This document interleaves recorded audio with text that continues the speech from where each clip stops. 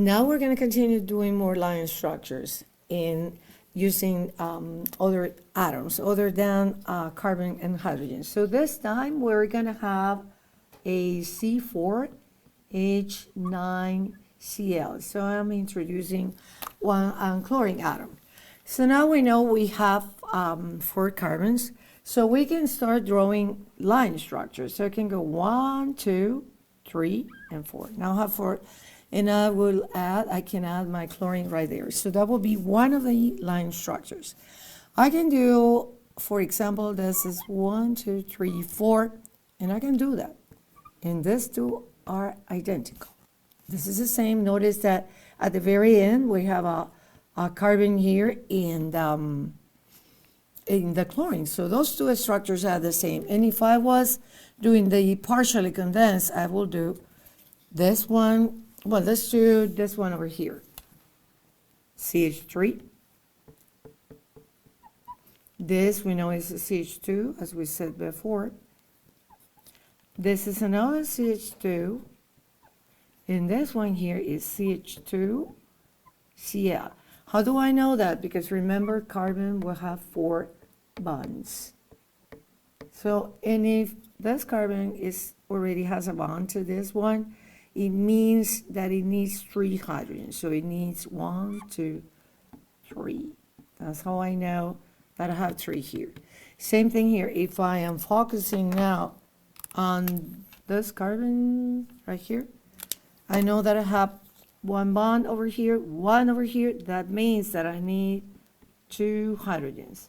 That's how I know that this is a CH2, and I have it right here. Next carbon. Also, now I'm going to use a different color. This guy here has 1 bond to this carbon, another bond over here. It means we need, remember, we always need 4 bonds. I'm missing a hydrogen here.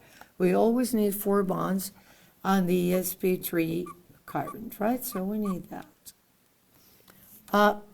Again, 1 bond over here, another bond over here. I need 2 more. So that's why I wrote here. So CH2 is this one, CH2. Now the carbon over here has 1 bond to the carbon in here highlighted and 1 bond to chlorine. That means it needs 2 more bonds. So that's why this is CH2Cl. It's that.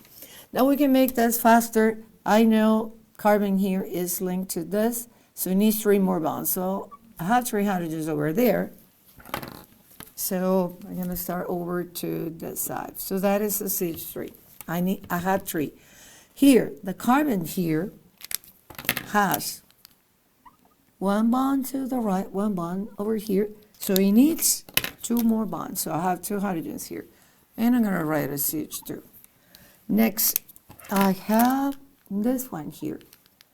This has 1 bond over to this side, 1 bond over here. It needs 2 more to complete 4, right? So it's going to be another CH2.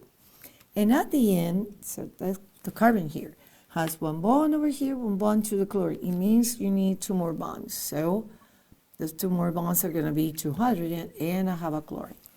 So notice this is the same, only the chlorine here was to the right and here was to the left, but it's the same molecule. So those are identical. Same molecule. Right? But I can do something else with this molecular formula. Say that I have, now I'm going to connect the atoms differently, 1, 2, 3, 4, but now I'm going to attach the chlorine here. So let's see, that will be a line structure. Now, to read a line structure, so I'm going to try, read it is understanding how many atoms are in each of these lines, right? So now, at the very end, I know this carbon has 1 bond over here. It needs 3 more hydrogens, so I'm reading that. I'm going to write now CH3. This is this. Now, the carbon that has the chlorine has 1 bond over here, 1 over here, and 1 over here is 3. It needs only 1 bond, so it means we have a hydrogen here, and only 1. So I'm going to write that is ACH. And it has a chlorine. Now we have a bond over here and the carbon over to the side has a bond to the right, to the pink, and another bond to the other side. So it has 2 bonds, so it needs 2 more bonds, so that is a CH2, so I need a 2 here. And lastly, the carbon to the far end here, well, it has only 1 bond here, so it needs 3 more, so it needs 3 hydrogens. That will be a CH3. So here I'm giving you the condensed. And here, this is partially condensed. I can condense that even more. Notice that these 2 are the same, so I can write this at the very end was different, but these 2 are the same, and make it a condensed molecular formula. So what we're doing here is reading a line structure. So now what is the relationship between this molecule and this molecule? These 2 are constitutional isomers, because the 2 molecules share the same molecular formula, one that I have here on the box, but the atoms are connected differently. Here, the chlorine was at the very end. Here, it was in the middle.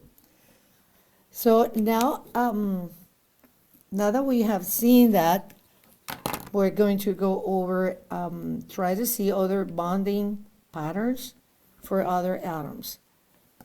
And we're going to do that in the next video. So for now, please remember, when we are reading line structures, then you have this line.